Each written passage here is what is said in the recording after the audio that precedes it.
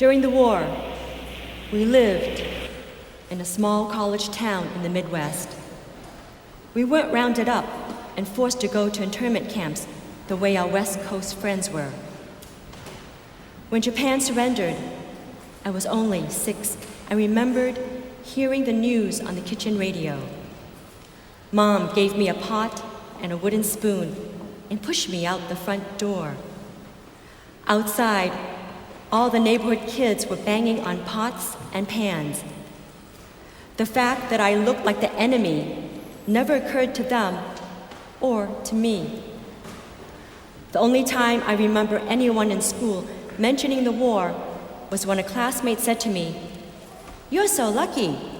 Whichever side wins, you win." Dad was stationed in Europe when Japan surrendered. He was a sergeant in the all-Japanese 442nd Regimental Combat Team and saw Hiroshima and Nagasaki as payback for Pearl Harbor. The U.S. dropped the first atomic bomb on Hiroshima on August 6, 1945. He was overjoyed that the dreaded invasion of Kyushu by American troops would no longer be necessary, that no more lives, his included, would be lost.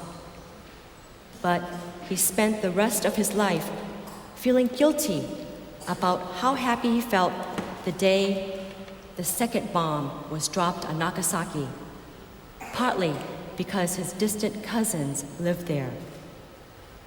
They were working at the Mitsubishi weapons factory. The wives were at home, the young children in school when the second atomic bomb was dropped. On August 9th, 1945, Nagasaki saw a blinding flash of light. People were thrown to the ground by roaring winds and engulfed by an intense heat. 1/3 of the city was instantly destroyed. Most of the victims were women, children, and elders.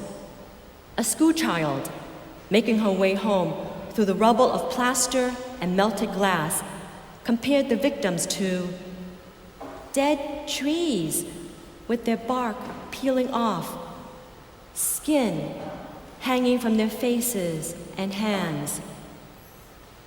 Dad's relatives were among the 70,000 who perished that day. A journalist who flew on the bombing mission described a mushroom cloud, seething and boiling in a white fury of creamy foam, sizzling upwards and then descending earthward. 1,000 old, faithful geysers rolled into one. President Truman said, "If Japan's leaders do not now accept our terms, they may expect a rain of ruin from the air, the like of which has never been seen on this earth." Nagasaki proved to the world that the U.S. had more than just one monster bomb it could unleash on its enemies. Dad came home from the war shell-shocked. He said he could never forgive the U.S. for dropping 2 monster bombs that killed 150,000 people. Mom disagreed. She said the bombs had brought a quick end to the war. And besides, no one had seen their terrible power would ever dream of using them again. Dad said he didn't trust men or nations. Anything was possible in a future arms race. Nations would stockpile thousands of bombs and use state-of-the-art technology to make sure they hit their target.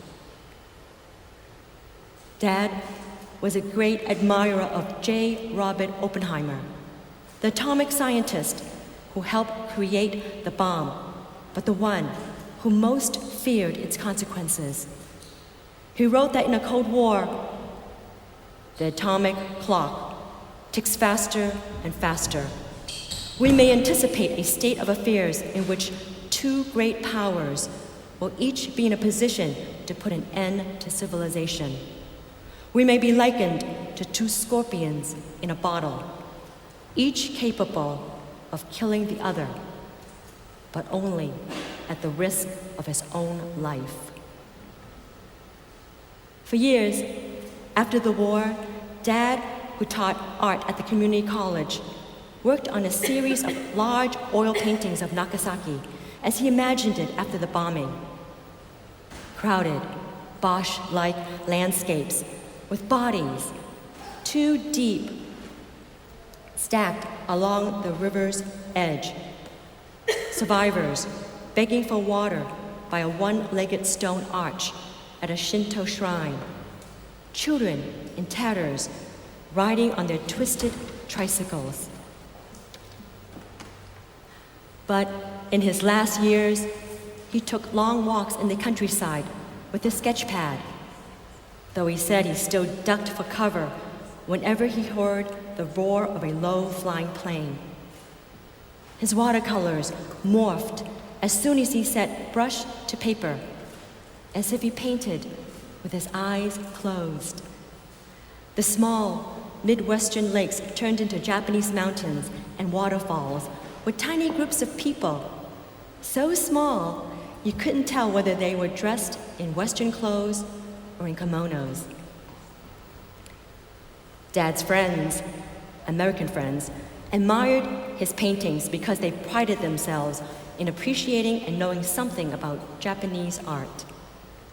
Mom's friends reacted the same way when she invited them to tea and Japanese crackers. They would sip the tea with great satisfaction and ask his name, and Mom would smile and say with equal satisfaction, "It's good, isn't it? It's Lipton's." Dad and Mom were inseparable, but they disagreed about everything, even their burial site. Mom wanted their ashes to be buried